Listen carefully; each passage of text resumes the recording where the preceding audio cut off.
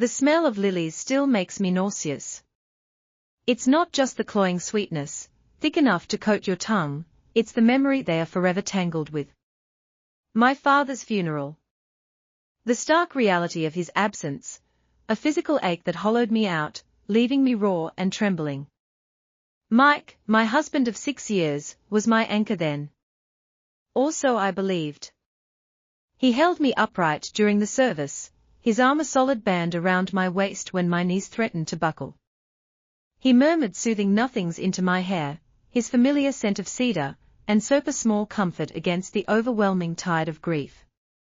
He handled the grim logistics, the obituary, the caterers, the awkward condolences from distant relatives, with a quiet efficiency I clung to. He was my rock.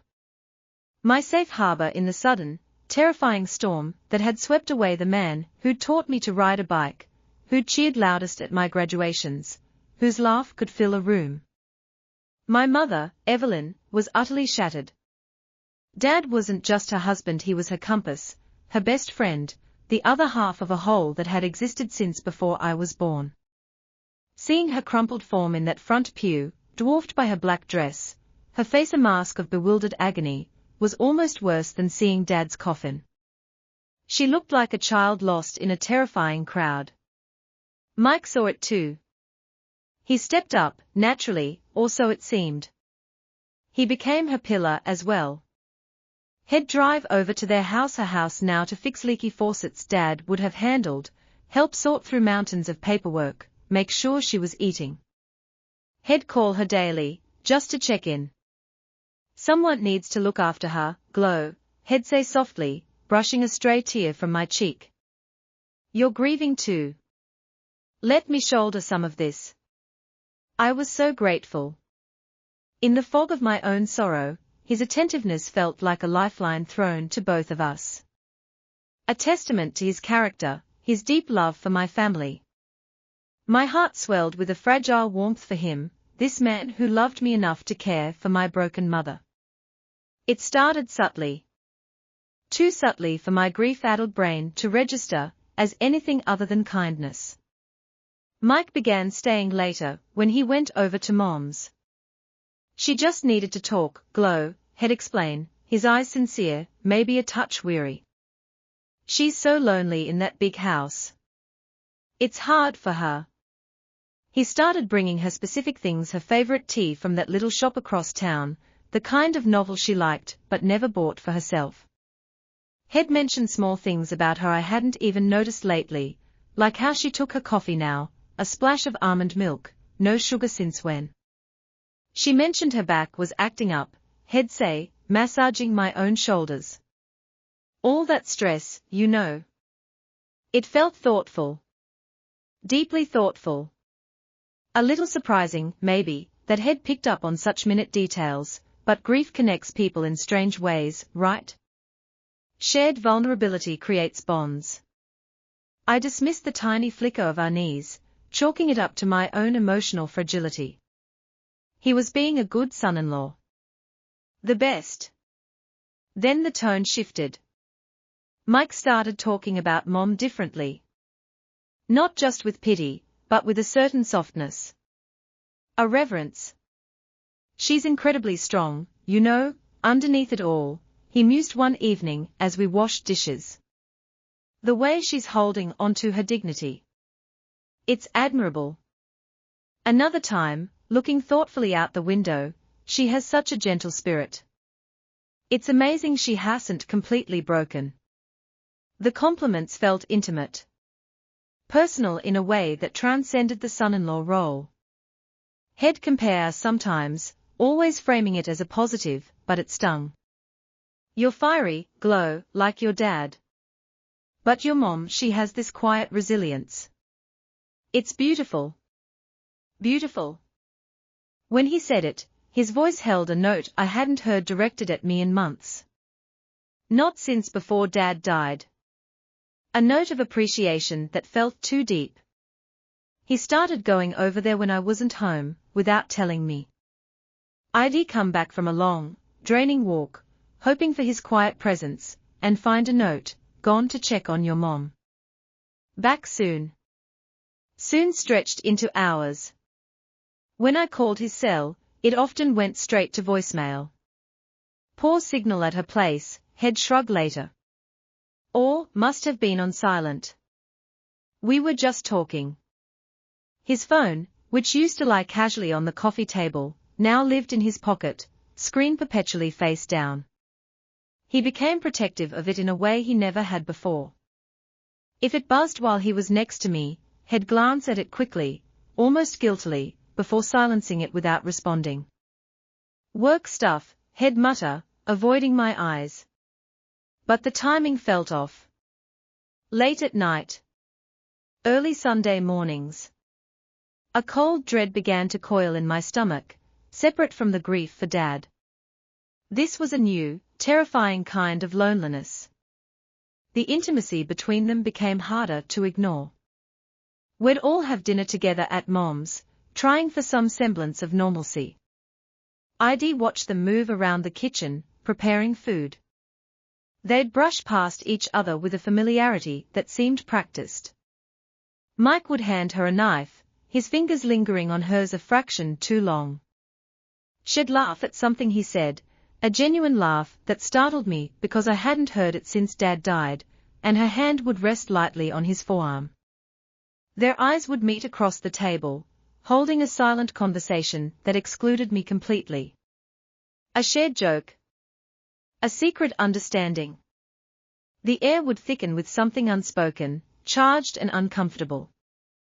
Mike would suddenly become overly attentive to me, refilling my water glass, asking pointed questions about my day, like he was trying too hard to cover the sudden shift. Mom would look down at her plate, a faint flush creeping up her neck. The feeling of being an outsider in my own family, in the wake of my father's death, was a special kind of desolation. I felt like a ghost haunting the remnants of my life. I tried to talk to him. Once. The words felt thick and clumsy in my mouth, choked by fear and the absurdity of voicing my suspicion. Mike, you and Mom seem really close lately. I kept my voice light, tentative. He froze, a forkful of pasta halfway to his mouth. His eyes, when they met mine, were instantly guarded. Too guarded. Of course we are, Glo, he said, too quickly, his voice carefully modulated. We're both grieving. We're supporting each other. Supporting you. He reached across the table, covering my hand with his. His skin felt cool, impersonal. Is that bothering you? You know I love you. You're my wife. Nothing changes that. But his words rang hollow. They didn't match the intensity of his connection with her, the secretive phone calls, the stolen glances. His reassurance felt like a script, recited to placate me.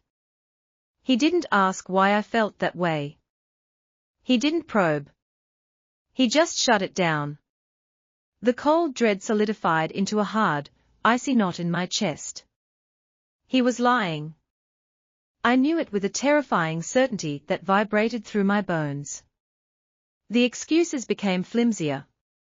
Working late became a mantra, even though his office hours hadn't changed. Guy's night happened suspiciously often. One Saturday, he claimed he was helping a friend move all day. Desperate, I called Mom, hoping for some company, some connection to the person who used to be my sanctuary. Her voice sounded strained, distant. Oh, Gloria, I'm resting. Just feeling a bit under the weather. Mike mentioned he was busy today. That's good, he needs time with his friends. But her phrasing was off. Mentioned he was busy. As if she knew his schedule intimately. As if they'd discussed it. The icy knot spread, freezing my veins. I drove to her house. Not planning anything, just drawn by a desperate, morbid need for something. Truth. Pain. Confirmation of the nightmare unfolding in my mind. Her car was in the driveway. So was Mike's. Parked not out front, but tucked around the side, near the garage, less visible from the street. The house looked quiet. The curtains in the living room were drawn. My heart hammered against my ribs like a trapped bird. I sat in my car for 10 minutes, maybe 20, paralyzed. The lilies Dad hated, but Mom loved, were blooming profusely in her front garden. Their scent, drifting through my open car window, mingled with the smell of my own fear sweat. I finally forced myself out, my legs unsteady. I didn't ring the bell. I used my key, the one I'd had since I was a teenager, the key to what had always been home. The lock turned with a soft click that sounded deafening in the stillness. The house was cool, dim. Silent. Too silent. No TV, no radio. Just the heavy, oppressive quiet of secrets. I walked softly down the familiar hallway towards the living room. My pulse roared in my ears. The door was slightly ajar. I pushed it open, just enough. Time stopped. The air left my lungs in a silent rush. They were on the couch. Not entwined in some passionate embrace, but something infinitely worse in its quiet intimacy. My mother was curled slightly towards Mike, her head resting on his shoulder. His arm was around her, his hand stroking her upper arm in slow, rhythmic circles. Her eyes were closed, but she wasn't asleep. Her face was relaxed, peaceful in a way I hadn't seen since Dad died. Mike's head was tilted towards her, his expression one of profound tenderness, a look I remembered him giving me in our early days. He murmured something too low for me to hear. She made a soft, contented sound in response, nuzzling slightly against him. It was a picture of comfort, of deep connection. A connection forged in the ashes of my father's life. Exploiting the shared vulnerability of our grief. Betrayal isn't always a scream. Sometimes it's the absolute, suffocating silence that follows the shattering of your world. I didn't make a sound. I just stood there, frozen in the doorway, watching my husband cradle my grieving mother. The man who had vowed to cherish me comforting the woman who had rocked me to sleep. The anchor I'd clung to had dragged me into deeper, darker waters. The rock I'd built my life upon had crumbled, burying me alive. The shared vulnerability Mike spoke of. It wasn't between him and my mother supporting me. It was between them, a bond cemented by the very loss that had shattered me, leaving me utterly alone on the outside. He hadn't just cheated. He had desecrated my father's memory, my mother's fragility, and our marriage in one devastating act. He had found his comfort in the epicenter of my deepest pain. Mike shifted, his gaze lifting lazily towards the door. His eyes met mine. The tender expression vanished, replaced by sheer, unadulterated panic. He jerked upright as if electrocuted, dislodging my mother. Gloria. His voice was a strangled gasp. My mother's eyes flew open. Confusion, then dawning horror, as she followed his gaze and saw me standing there. The color drained from her face, leaving her ashen. Her hand flew to her mouth, a stifled whimper escaping. The peaceful intimacy shattered, replaced by a tableau of guilt so thick it choked the air. Mike scrambled to his feet, hands outstretched placatingly. Gloria, wait, it's not, we were just words. Meaningless, buzzing insects. The look on their faces, the panic, the shame, the sheer court was all the confirmation I needed. It wasn't a misunderstanding. It wasn't innocent comfort. It was a line crossed, a trust annihilated. The icy knot in my chest exploded into a white-hot supernova of pain, rage, and utter desolation. I turned away. I couldn't look at them. The smell of lilies, mingled with the scent of betrayal, threatened to make me vomit right there on my mother's Persian rug.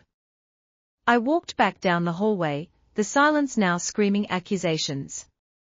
I heard Mike's hurried footsteps behind me, his voice pleading, desperate. Gloria, please. Let me explain. It just happened after your dad, we were both so lost I didn't stop. I didn't turn around. I walked out the front door, the one that had always welcomed me, and closed it softly behind me. The click of the latch was the sound of my life breaking. I got into my car. My hands were shaking so violently I could barely grip the steering wheel. I drove. Nowhere specific. Just away. Away from the house, away from the suffocating scent of lilies, away from the image burned onto my retinas. The tears didn't come immediately. There was just a vast, echoing numbness, a howling void where my heart used to be. He initiated an affair with my mother. My mother. Weeks, maybe months, after we buried my father. He saw her drowning in grief, saw me drowning beside her, and instead of throwing us both lifelines, he used the shared shipwreck to pull her closer to him. He exploited her vulnerability, her profound loneliness, her shattered identity as a widow. And he exploited my vulnerability, my trust, my belief in his love and support. He found solace not in holding his wife, but in holding her mother.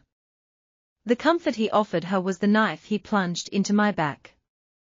The numbness lasted until I found myself parked by the river, a place Dad used to take me fishing. Then the dam broke. Sobs racked my body, violent, gut-wrenching gasps that tore from my throat. I cried for my dad, his absence a fresh, raw wound. I cried for my mother, the woman who had betrayed me in the most fundamental way possible. I cried for the marriage I thought I had, the man I thought I knew, the future I thought was secure. But most of all, I cried for myself. For the profound, soul-crushing loneliness of being betrayed by the two people who were supposed to love me unconditionally, in the midst of the worst pain I'd ever known. The grief for my father was now monstrously intertwined with the grief for my marriage, for my family, for the person I used to be. Mike hadn't just cheated. He had weaponized our shared sorrow. He had taken the sacred space of mourning and turned it into the breeding ground for his deceit. The comfort he offered my mother wasn't kindness, it was theft. He stole her grief, twisted it into something perverse, and used it to steal my world. I didn't go home that night. I couldn't face the empty bed, the ghost of his presence, the suffocating silence of the house that was no longer a home.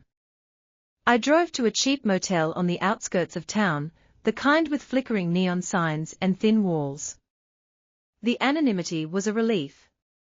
No lilies here. Just stale cigarette smoke and disinfectant.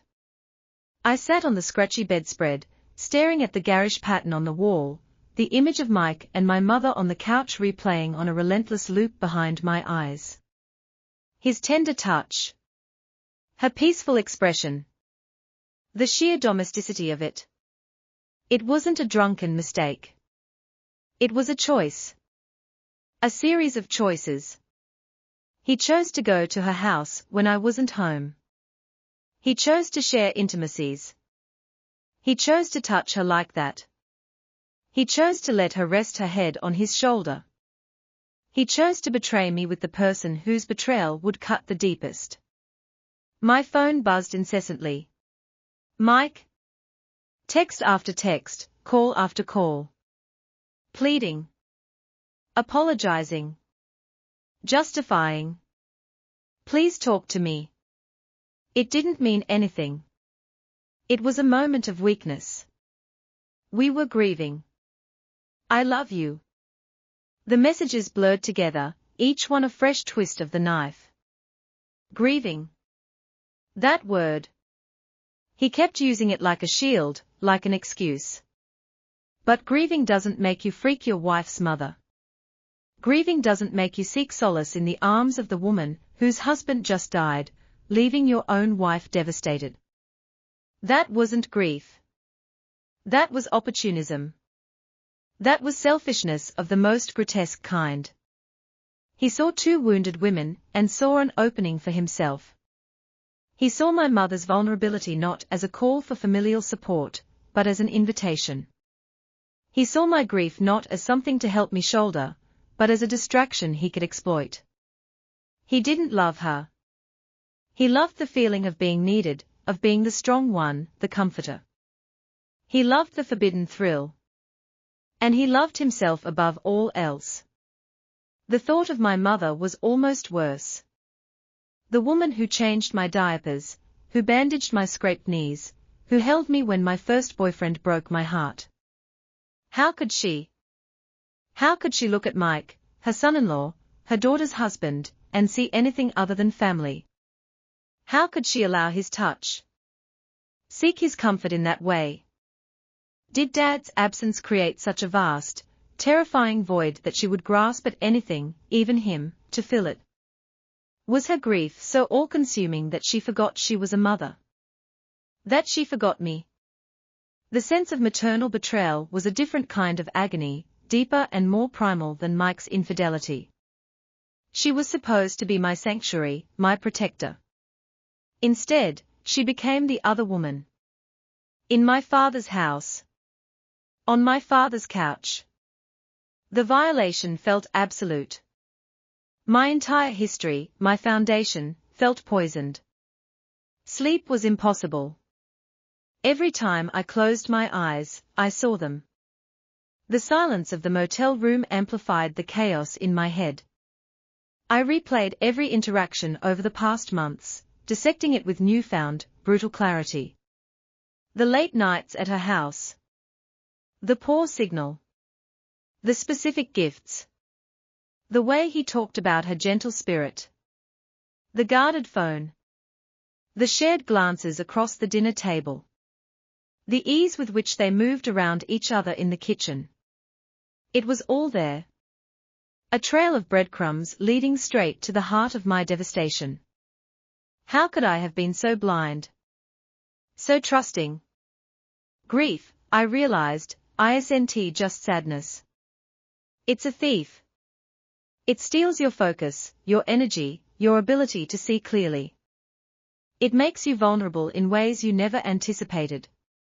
And Mike, my trusted partner, had seen that vulnerability and decided it was his opening. He hadn't just walked through it, head kicked down the door. Morning came, grey and bleak.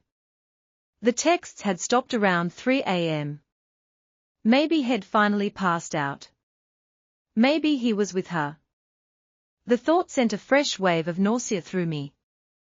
I forced myself to shower, the water scalding my skin, trying to wash away the feeling of contamination. I needed clothes. I needed something. I couldn't stay in this motel forever.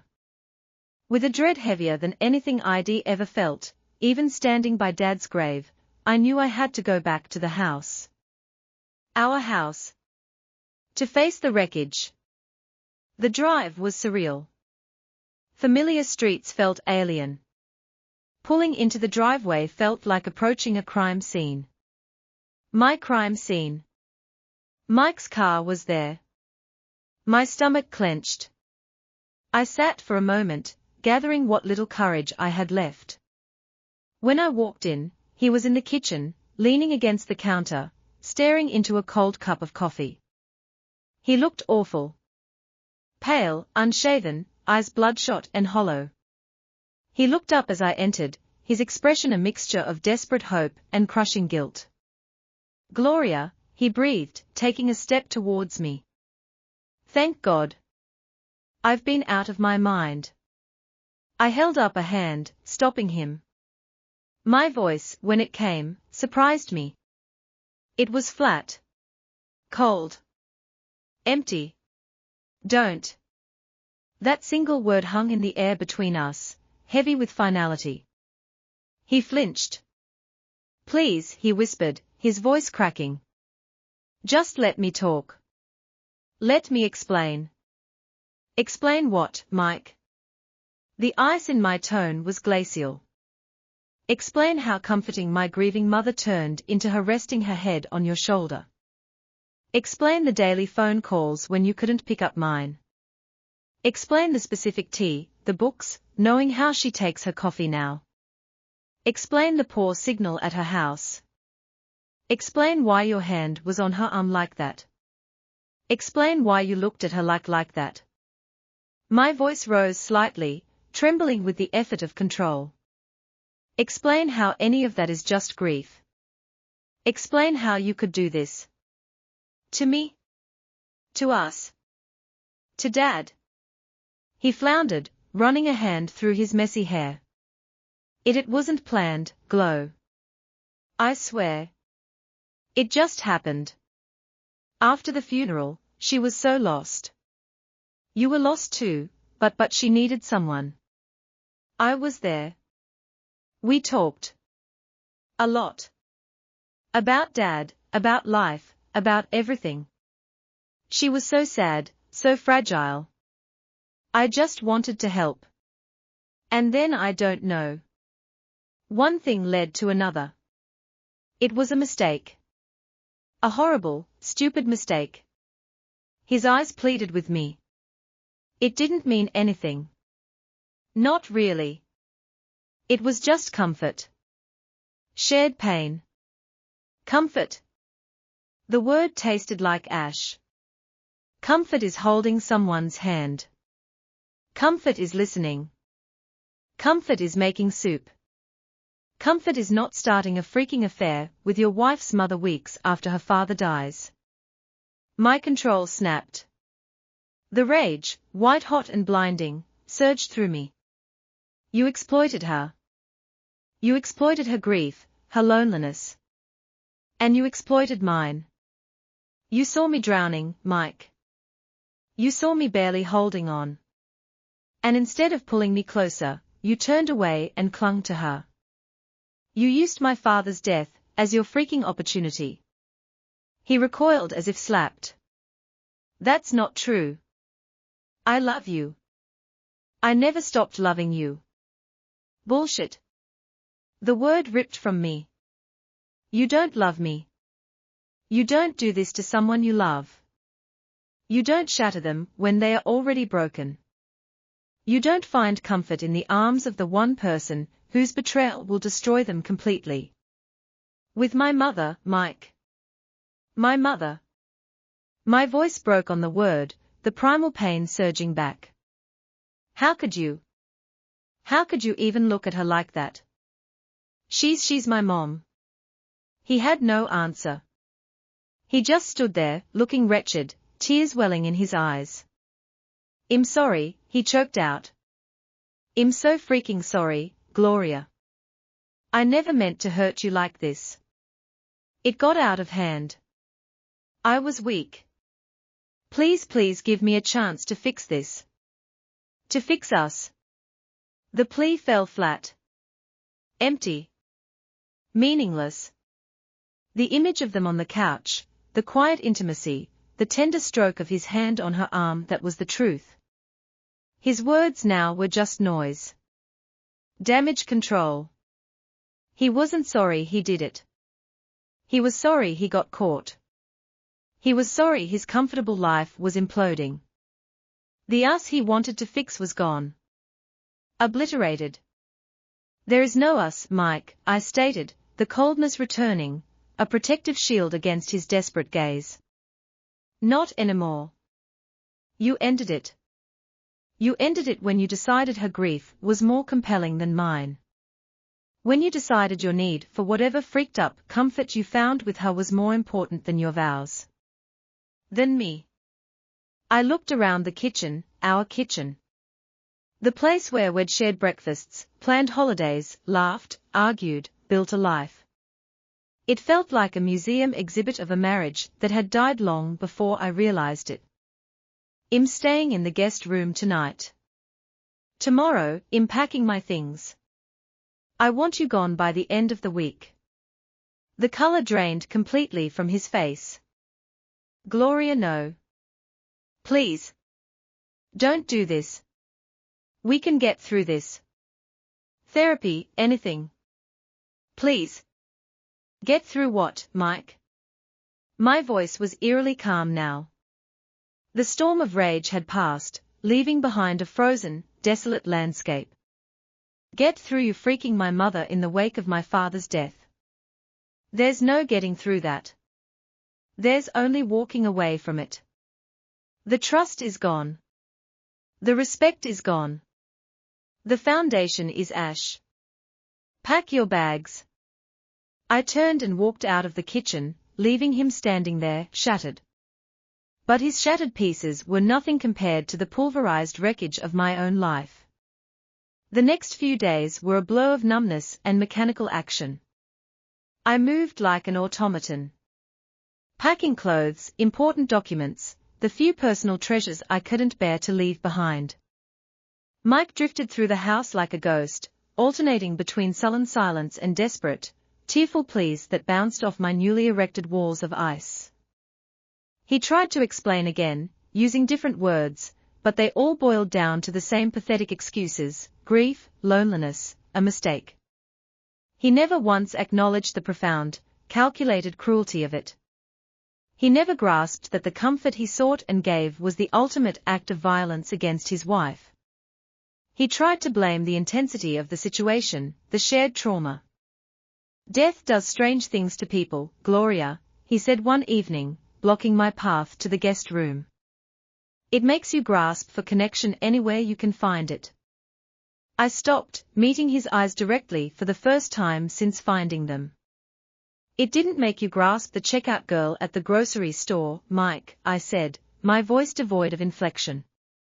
It didn't make you grasp a stranger in a bar. It made you grasp her. My mother. In my father's house. That's not grief. That's a choice. A vile, selfish, unforgivable choice. Don't insult my intelligence, or my grief, by pretending otherwise. I sidestepped him and closed the guest room door firmly, locking it. The sound of the bolt sliding home was the only comfort I had left.